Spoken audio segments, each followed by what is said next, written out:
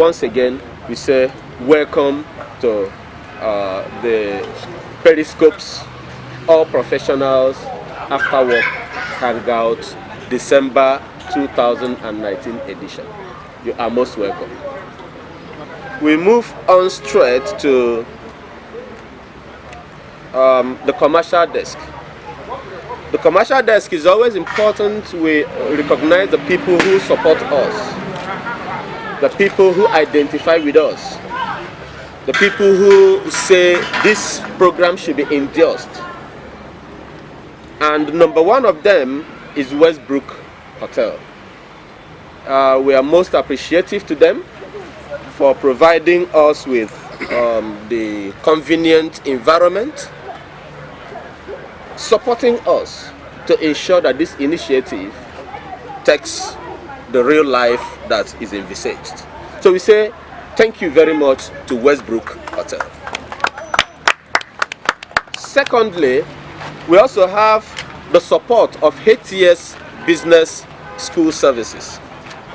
HTS is into business solutions, and one of their investments is HTS Transport Services. We also say thank you very much to them. They've been of much help to us. We also recognize Mellers Electronics.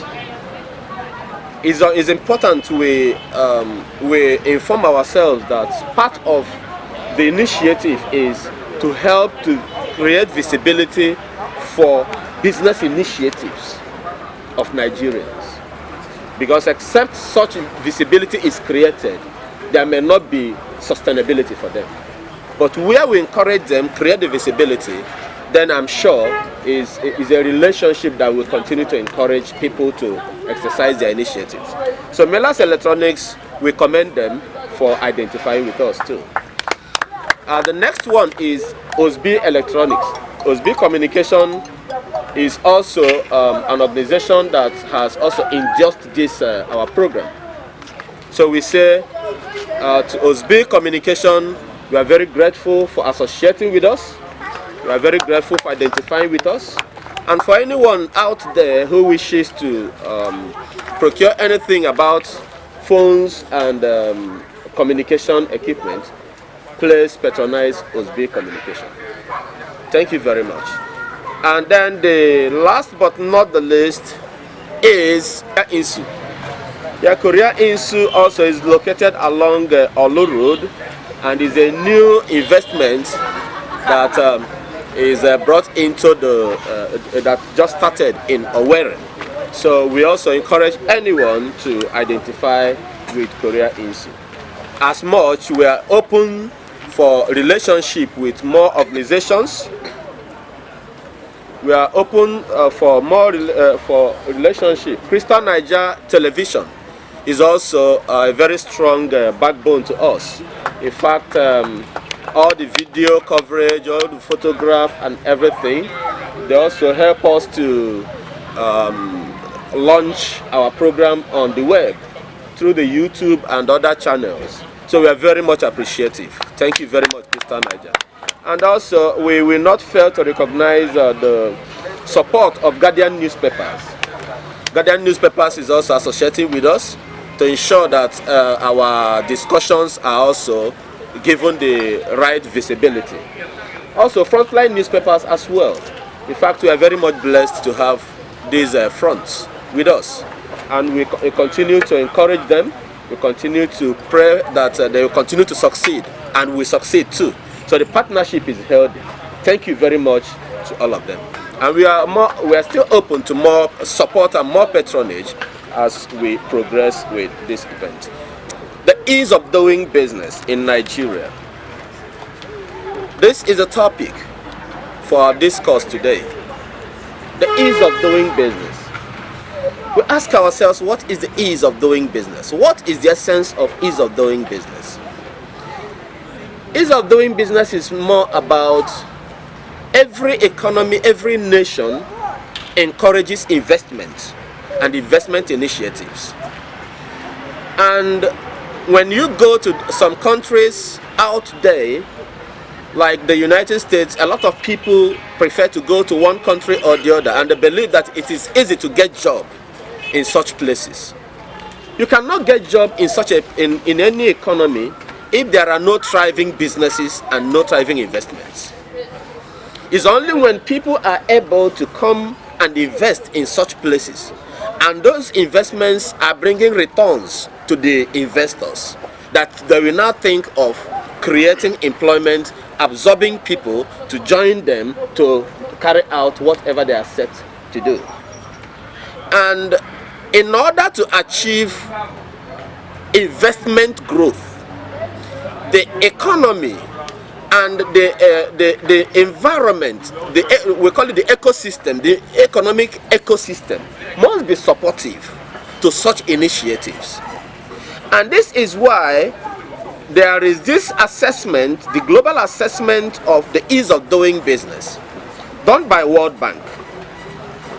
And out of 190 countries that were surveyed, Nigeria initially was placed at about 160 something out of 190. It simply means that so many countries that are war ravaged were even placed ahead of Nigeria. And we know that in Africa, we have 54 countries in Africa. But Nigeria, instead of saying, okay, let me be the number one African country that will at least be placed ahead of some Asian countries, Nigeria could not make it, but to be at about 160. In fact, there was a time Nigeria was 170. But record has it now that since 2016, Nigeria has stepped up from that position of 170 to the present position of 131. That means Nigeria has moved about 36 places up in the ease of doing business. In Nigeria today, the number one problem with regards to the ease of doing business is power. We don't have energy to make the businesses survive. People invest millions of dollars only to waste it after many years because the profit doesn't come as it should. The country spends so much in generating electricity, yet there is no electricity. The kind of money invested in electricity in this country is so massive that one wonders why the kind of thing we hear in Europe is lesser than what we have over here.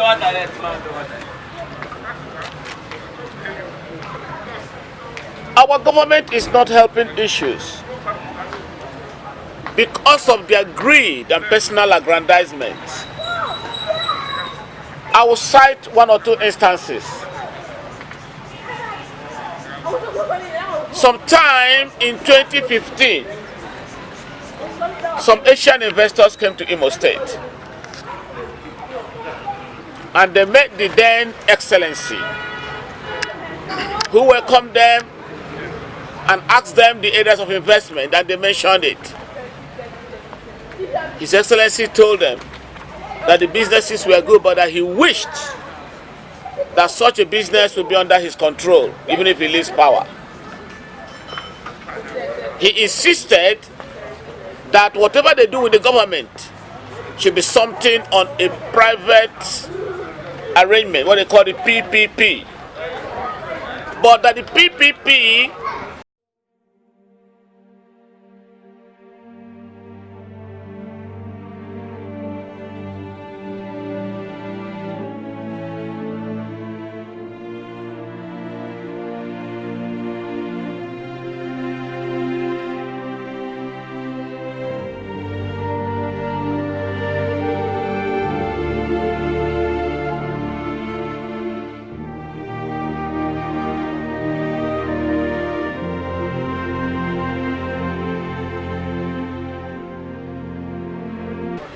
must have a hinge on him. And when the terms were thrown open, it was difficult for them to contend. So they went back to Asia. they couldn't invest. I remember Tata Motor Company coming to establish their assembly plant in Nigeria. What I'm citing is instances of the greed that is coming to stall the ease of investment in Nigeria. Tata has a franchise in Nigeria with one of the prominent business moguls we have. The man insisted that the assembly plant should not be established because he has the right to establish it. Tata himself came down from India to Nigeria, and there was a meeting at Transcorp. Luckily, I was there. Tata told him, please, let me establish this assembly plant in Imo State. You continue having your sole franchise with regards to the marketing of the vehicle. The man insisted and said no. Anything to be done must be done through him. The question now was, who will build the assembly plant? Tata said, I wouldn't do that. If you want to work with a franchise, then you build it. He said no, that Tata should build it and he will be in control. Tata said no, and he went back to Asia. That was how that would have stalled. That would have created about 3,000 employment capacity for Imo State alone. But that failed because of greed and personal aggrandizement. If only the government will eschew everything that has to do with greed, businesses will grow. If only they'll be sincere with what they spend in the power sector, our businesses will stay and the ease of businesses will flow. Let me tell you something. In a hotel like Westbrook, if they are making 1 million naira profit per month, they will make 10 million naira profit if the power is steady. Because you and I know that they plunge 40% of the profit much into generating power. And nobody, no tourist would like to lodge in a hotel that has no constant power. Because that is the joy of leaving your home, to be in a hotel premises. I emphasize these 2 points, and I want you all in the Periscope to also join me to reveal this area that are making the ease of business not to flow in Nigeria, and why we are ranking the way we are ranking. I mentioned power, I mentioned greed. The problem of electricity and poor power supply has been really the bane of business, starting of business, and especially sustaining it in Nigeria. But you know, Nigeria is not the only country with certain factors that may not be too comfortable for every investor. But it is worse for us because apart from the power problem, we now have a policy problem. We have a policy problem. I could remember when the vice president, when he was acting president, then when our president was away, a visit was paid to him, and it was a delegation led by the CEO of I think of General Electric. Yeah, Jeff, I think he meant that man. And Yemi Osibanjo admitted in that meeting that certain government agencies make it difficult for people to register their businesses and sustain those businesses. For example, Nigeria ranks 138 out of 190 with regards to registering a business. And that's very disturbing. That is, if we have 190 being the worst case scenario, Nigeria ranks 138 in the ease of registering a business. And because of government policies which have not favored businesses, the growth of businesses in Nigeria, we realize that statistics already has revealed to us that in the first 3 years, over 80% of startups, they close shop. Mr. Tony, the ED, just revealed that companies like Michelin, companies like Dunlop have relocated to Lagos, to Ghana. And now our own very dear Erisco Foods, with all of the tomato paste, they had $150 million investment in Nigeria, and they had to relocate to China because of stiff government policies. Is it the USA Airline, the Emirates? They've also relocated. The reason is because of stiff government policies which do not seem to favor businesses in Nigeria. For example, if you have to look at such policy where they say repatriate the profit on every Nigerian flight back to Nigeria. That is, whether if you are operating in Ghana, if you are operating in Indonesia, wherever you are operating, if somebody is boarding a flight from that country to Nigeria, you repatriate the profit to Nigeria, and there is no investor that would want to go into such kind of arrangement. If you are saying, if you are taking the passenger from Nigeria elsewhere, then repatriate the profit to Nigeria. That's quite understandable. They say anywhere, if the man is coming from the USA, if the man anywhere in the world, if the person is coming to Nigeria, you repatriate the profit. And so, just like what Prof said, it was the same reason when the CEO of Tata said, okay, fine, since you want to take care, you want to take charge, why don't you build the plant? Assemble it. He said, no, you build it. And so it was the same thing. They said, if we are going to repatriate these things, repatriate the profit to Nigeria, you get us the facility. So the policy, in a nutshell, policy is a problem.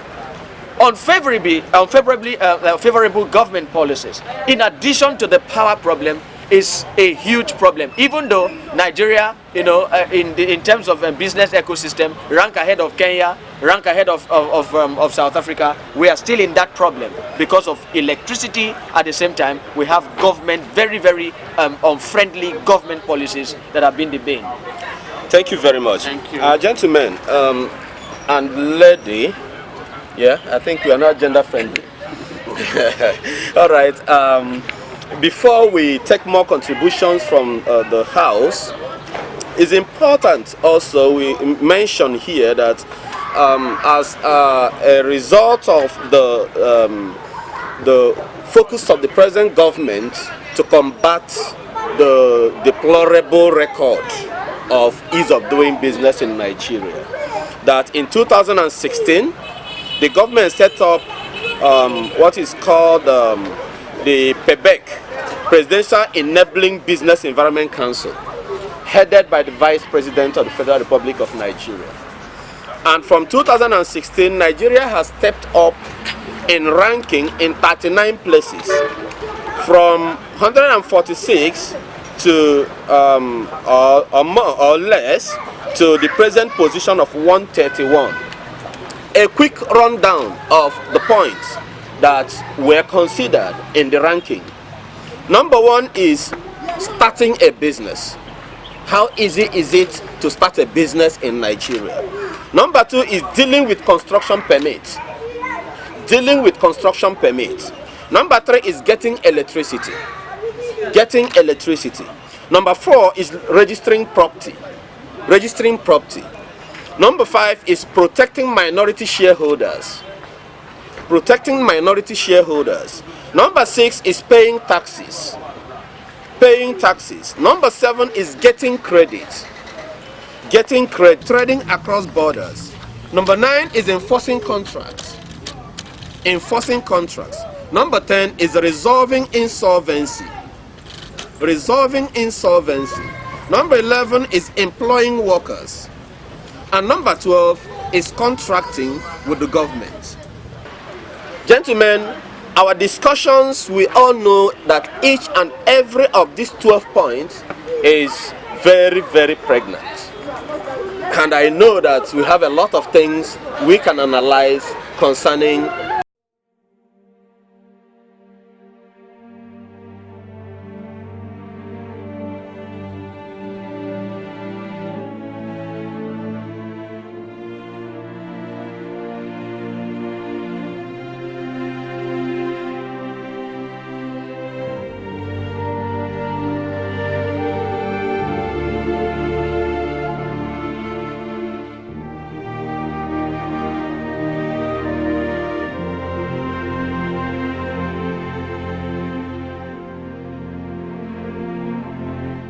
all these points? When we look at Nigeria as a case study, I think we have one particular problem. When you assess countries with low ease of doing business, you see that these countries are mostly resource-based economy. They don't put emphasis on human capital. When you look at the top 10, you see that most of these countries are resource-starved, and they were able to harness their human capital.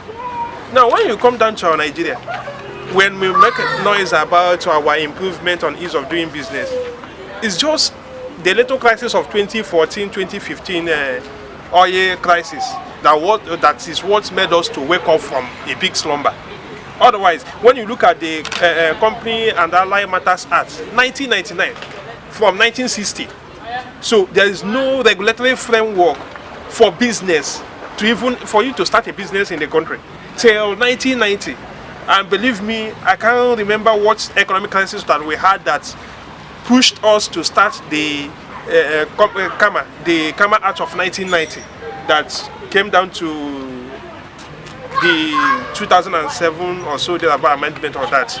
Now, when you look at the economy from the baseline, it's not just about government.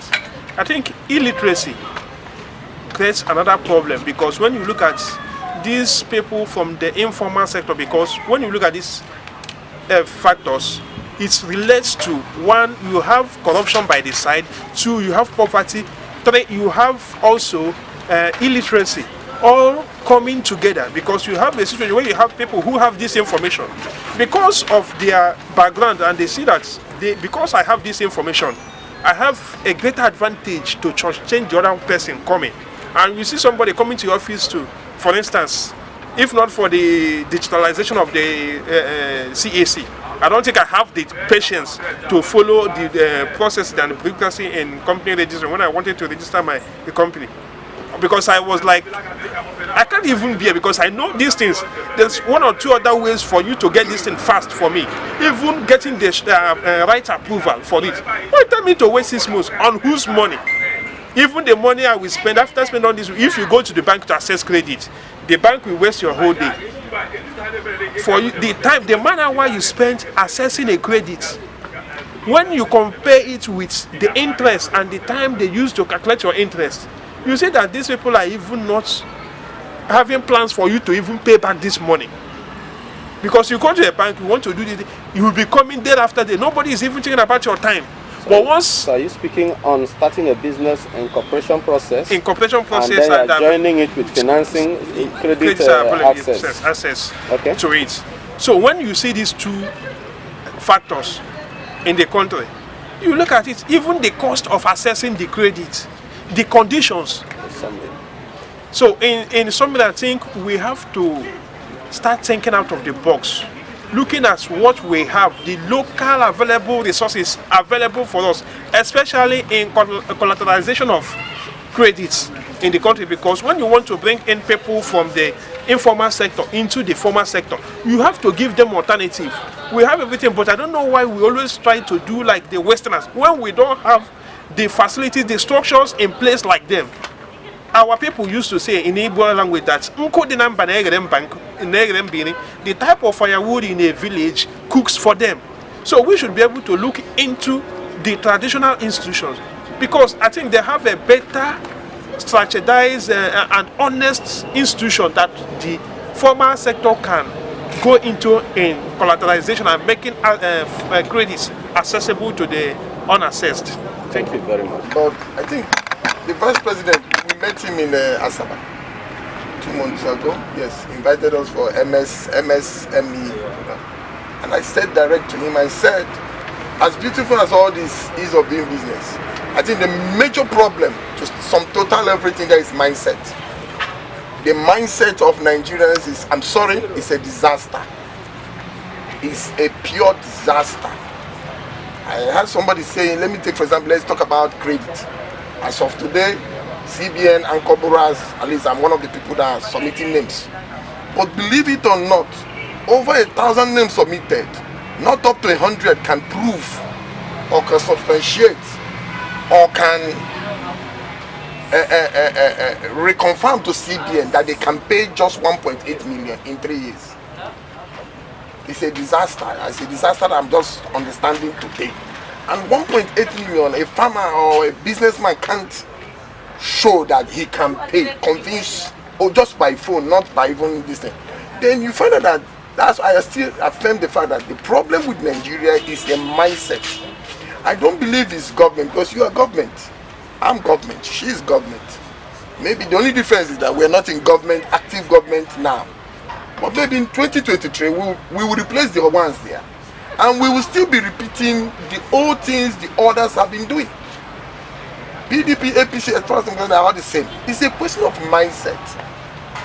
Our mindset is a disaster. We said, I'm privileged to know, some years ago, about 15 years ago, as I went to Dunlop, Michelin, import. One of the reasons why Michelin left was basically because if you have a business in port, you are in hell. It's not even, I think power is not even the problem in most places. The community, the money, the youth each time will wake up and come and give you list of how many millions you need to pay. That is even the reason, major reason why companies are running away. Why are farms not doing well in the southeast as compared to southwest? Take for example my farm, it's about 30,000 plots. What happened?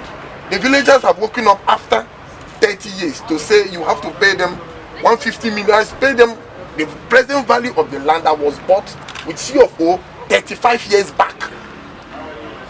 Now, that's my own farm.